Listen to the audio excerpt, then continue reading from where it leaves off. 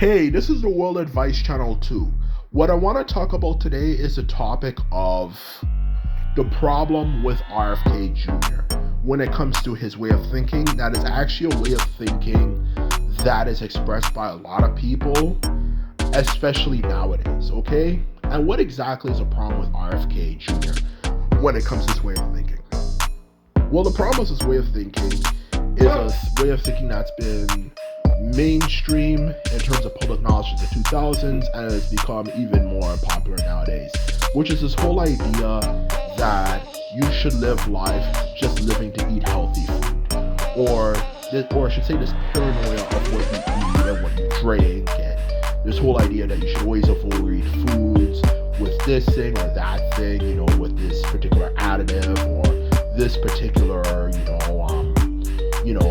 other thing, or even just simply think there's no sugar in it, which I just simply think is unnecessary and uncalled for. And I'm gonna get into why that way of thinking is stupid. So now to mention that, let's get started.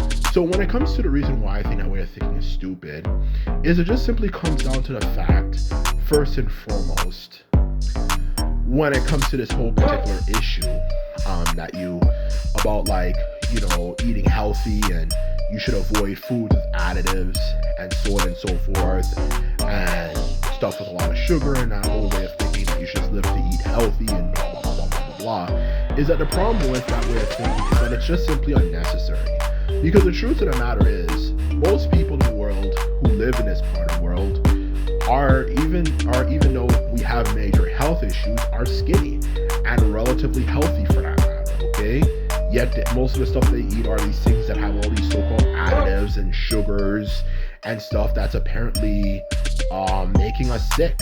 So this whole way of thinking that, it's going to make you this or that is just simply unfounded, especially when you take into consideration the fact that wouldn't life actually suck more if we actually lived life just to eat healthy all the time, Because the truth of the matter is that way of thinking is a very, very, very toxic way of thinking, that you should just live to eat healthy and this and that all the time. But the thing is, if you just live for food that is like super healthy, like eating carrots, like juice with like super pulp, or just anything that's like less in sugar or whatever for that matter, whether it's food or a beverage, that doesn't sound like a world I or anyone would really want to live in when you actually look at it, or at least most people want to live in, because that's boring, because if that was actually the case, then the food and the beverages we drink and eat wouldn't be as great as we have today. Besides, in the end of the day, no matter how you look at it, you have one life, okay? Which, whether or not there's an afterlife or not, most likely, or I should say from what we know, we only have one life. We only have one life that we can prove. And the thing that you're just gonna live your life just simply because you can be healthier, when all it really does is just make you able to just be physically stronger and faster. Like, okay, big whoop. Like, not unless you're an athlete, like, why does that even matter?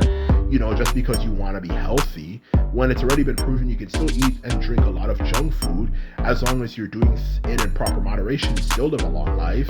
When you look at things that way, from a logical perspective, which actually most people have, you start realizing RFK Jr.'s way of thinking doesn't really make much of any sense.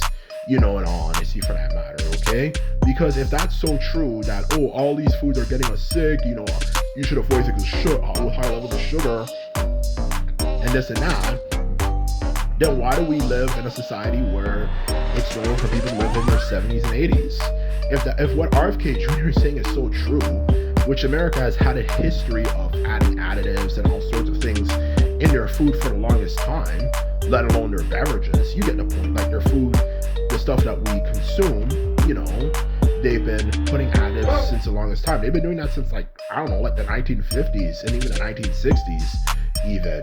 No surprise, the decade known as the decade when everyone was a hippie in the 1960s, people were still putting additives in food and all sorts of things in it. So if that is so true, then why do we still have people living into their 70s and 80s nowadays? If this food is so toxic and getting people sick and so on and so forth, why do we still have a very long um, life expectancy here in the Western world. That's where critical thinking comes in a mix, to put it bluntly, which obviously a lot of people in the world do not have, for that matter, okay? So yeah, like I was saying, people still live a long time, despite looking at how unhealthy a lot of the stuff we consume is. So when you look at it from that perspective, a logical perspective, you start realizing what RFK Jr. is saying is kind of cap, in honesty. Especially when you take into consideration that, even though the stuff we consume in this part of the world is full of a lot of sugar, a lot of additives, all this stuff that people like him, I should say, complain about, people still live for quite a decent long length of time. Once you get past that fact, which is just down to straight up common sense for that matter, you also have to take into consideration there are ways you can balance, like, eating healthy and eating junk food, to be quite honest with you. And that's exactly what I'm trying to get across here, for that matter, okay? Because this is the thing what a lot of people don't seem to understand in this part of the world, especially, is that there is something known as a balance, okay? Not everything in the world you eat has to be healthy, just like not everything in the world you eat has to be unhealthy, okay? There's something known as a balance, okay? And most people who actually have issues with eating healthy and drinking healthy, or just whatever, you get the point. Like, just, consuming things that are unhealthy, most of that is due to the fact that most people do not have proper strategies to actually prevent them from, consuming an unnecessary level of unhealthy things. That's the reason why it's happening. Just like, for example, okay, one of the biggest reasons why so many people in this part of the world, let alone a lot of the developed world for that matter, get sick of consuming so much unhealthy stuff, is that they don't even in the first place, well, first and foremost, most people in the first place do not actually listen to the advice of people who are actually trying to prevent those things from happening, who tell people to have better self-control and stuff, and give tips for it. The second thing is, there hasn't really been a proper attempt by the general or I should say a proper info put out there in general for that matter about it. Just like, for example, if you eat junk food, it's common sense, to realize that you only have to eat it once a week or something, or at the very most twice a week. You don't have to eat it every freaking day, let alone the fact that when it comes to consuming unhealthy things, even, yes, which a lot of people in the health community hate, God forbid to them, pop, you could just simply set realistic expectations. I have this much pop here and there. I have this much food here and there. That's junk food, and set realistic expectations, for that matter, okay? And that's all you really have to do. Like, you can even measure it, for example. Okay, I'm going to have this much pop, I'm going to have this much food, and so on and so forth. Besides, you can always do that. It's called willpower, and that's all you have to really do.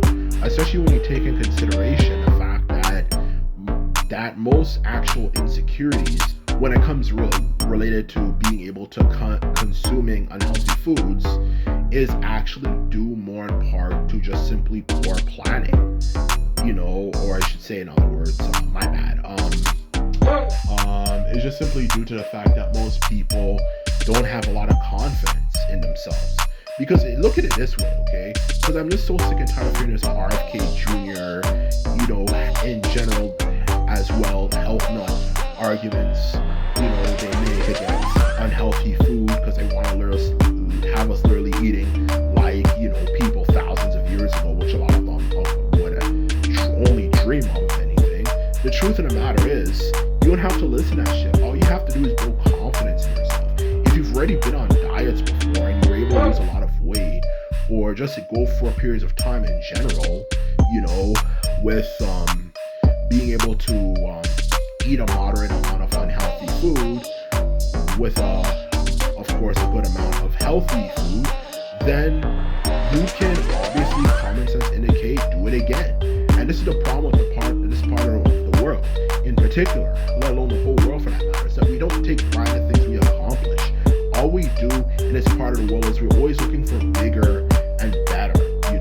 Okay, I accomplished this great thing, but it's not enough. I can't even look at it as something to kind of prove, okay, if I accomplish this, I can accomplish this other thing. We don't think like that. That's why a lot of people actually put on weight a lot of times, even though they have the ability to do it, because they lose faith in themselves, even though they have the ability to do it, because they've done it before, So that's the truth of the matter when it comes to this issue. We definitely can eat unhealthy food because at the end of the day, it's just a snack. And people like RFK Jr. are just simply predators looking to take advantage of vulnerable people. So anyway, this is my video. This is all I have to say. I hope you enjoyed it. And just remember, if you like this video and videos like this, subscribe and thumb this video up. And this is all I have to say. And simply put them out. Bye.